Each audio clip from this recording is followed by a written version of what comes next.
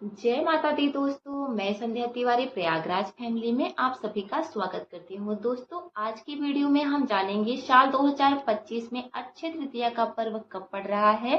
अक्षय तृतीया के दिन हमें किन किन बातों का ध्यान रखना चाहिए, जैसे कि कौन से कार्य करने चाहिए, कौन से कार्य नहीं करने चाहिए, क्या चीजें खरीद के लानी चाहिए, किन चीजों का दान करना चाहिए। इसी तरह की तमाम बातें आज की इस वीडियो में हम जानेंगे। तो आइए शुरू करते हैं। दोस्तों, अक्षय का मतलब होता है जिसकी कभी समाप्ति ना हो। तो अक्षय तृतीया के दिन जो भी हम पाप कर्म करते हैं या पुण्य कर्म करते हैं वो अक्षय फल दिलाता है हमें। इसलिए हमें इन बातों का विशेष ध्यान रखना चाहिए कि भले ही पुण्य कर्म कम करें लेकिन पाप कर्म हमसे ना हो। जैसे कि किसी की भी निंदा चुगली करना, चोरी करना और किसी की बुराई करना, इन सब चीजों से हमें उस दिन बच के जरूर रहने चाहिए। अब जान लेते हैं अक्षय तृतीया कब प्रारंभ हो रही है, कब समाप्त हो रही है। अक्षय तृतीया 29 अप्रैल दोपहर 12:11 पर प्रारंभ हो रही है और 30 अप्रैल दोपहर के करीब खत्म हो रही है। तो उदय तिथि के अनुसार 30 अप्रैल को अक्षय तृतीया का पर्व मनाया जाएगा। दोस्तों, अक्षय तृतीया को गर्मियों की धनतेरस के नाम से जाना जाता है। तो जैसे हम धनतेरस पर सोना, चांदी, झाड़ू, अनेक प्रकार की चीजें खरीदते हैं, उसी तरह से अक्षय तृतीया पर भी सोना चांदी खरीदने का विधान बताया गया है। तो अगर आप सोना चांदी खरीदते हैं तो बहुत ही अच्छी बात है। अगर नहीं खरीद पाते हैं तो आप गोमती चक्र और कौड़ियां जरूर खरीद कर लाएं। इससे भी आपके भाग्य में आई परेशानियां दूर होती है। तो जो लोग सोना चांदी नहीं खरीद पाते वो गोमती चक्र और कौड़ियां खरीद कर लाएं और अपने घर के मंदिर में रखकर हर शुक्रवार को उनकी पूजा करें। इससे माता रानी प्रसन्न होती है और घर में सुख समृद्धि का वास होता है। अक्षय तृतीया के दिन अपने घर के दहलीज का पूजन जरूर करना चाहिए। दहलीज पर स्वास्तिक या फिर रंगोली बनाकर दहलीज पूजन जरूर करना चाहिए। और तुलसी की सूखी लकड़ी का दीपक बनाकर, यानी तुलसी की सूखी लकड़ी पे मौली लपेट कर उसमें घी डालकर भगवान विष्णु और माता लक्ष्मी के समक्ष दीपक जलाना चाहिए। इससे माता लक्ष्मी की असीम कृपा प्राप्त होती है।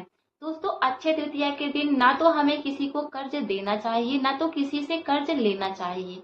दान आप कर सकते हैं, दान की बात अलग होती है, लेकिन किसी को उधार देना नहीं चाहिए, ना ही लेना चाहिए। इन सब चीजों से भी बचना चाहिए। दोस्तों, अक्षय तृतीया के दिन आप किसी पवित्र नदी में स्नान करके कुछ न कुछ चीजों का दान अवश्य करिए। अगर आप किसी नदी में स्नान नहीं भी कर पाते हैं तो आप घर पर ही स्नान करके कुछ न कुछ चीजों का दान अवश्य ही करना चाहिए। जैसे कि सब्जियों का दान, फलों का दान, अन्न का दान, कुछ न कुछ दान अवश्य ही करना चाहिए। अक्षय तृतीया के दिन 6 चीजों का दान करना बहुत महत्वपूर्ण बताया गया है। पहला है झाड़ू का दान। आप झाड़ू पहले से ही खरीद कर रख लें और सूर्य उदय से पहले किसी मंदिर में झाड़ू का दान करके आएं। ऐसा करने से जीवन की गरीबी दूर होती है। दूसरा दान है माचिस का दान। आप किसी भी मंदिर में माचिस का पैकेट दान कर सकते हैं, इससे भी पुण्य फलों की प्राप्ति होती है। तीसरा है आसन का दान। आप किसी भी मंदिर में आसन का दान कर सकते हैं। चौथा है घी का दान। घी जो होता है सुख समृद्धि का कारक माना जाता है। घी का दान करने से जीवन में खुशियां आती हैं।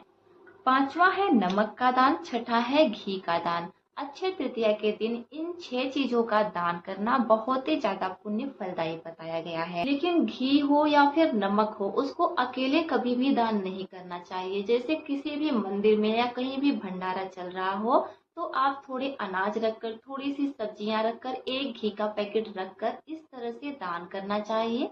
नमक के साथ भी ऐसा ही है। नमक के साथ भी कुछ सब्जियां, कुछ अनाज रखकर दान कर देना चाहिए। अक्षय तृतीया के दिन जब भी आप शाम की पूजा करें तो उसके साथ एक अखंड दीप जरूर प्रज्वलित करना चाहिए।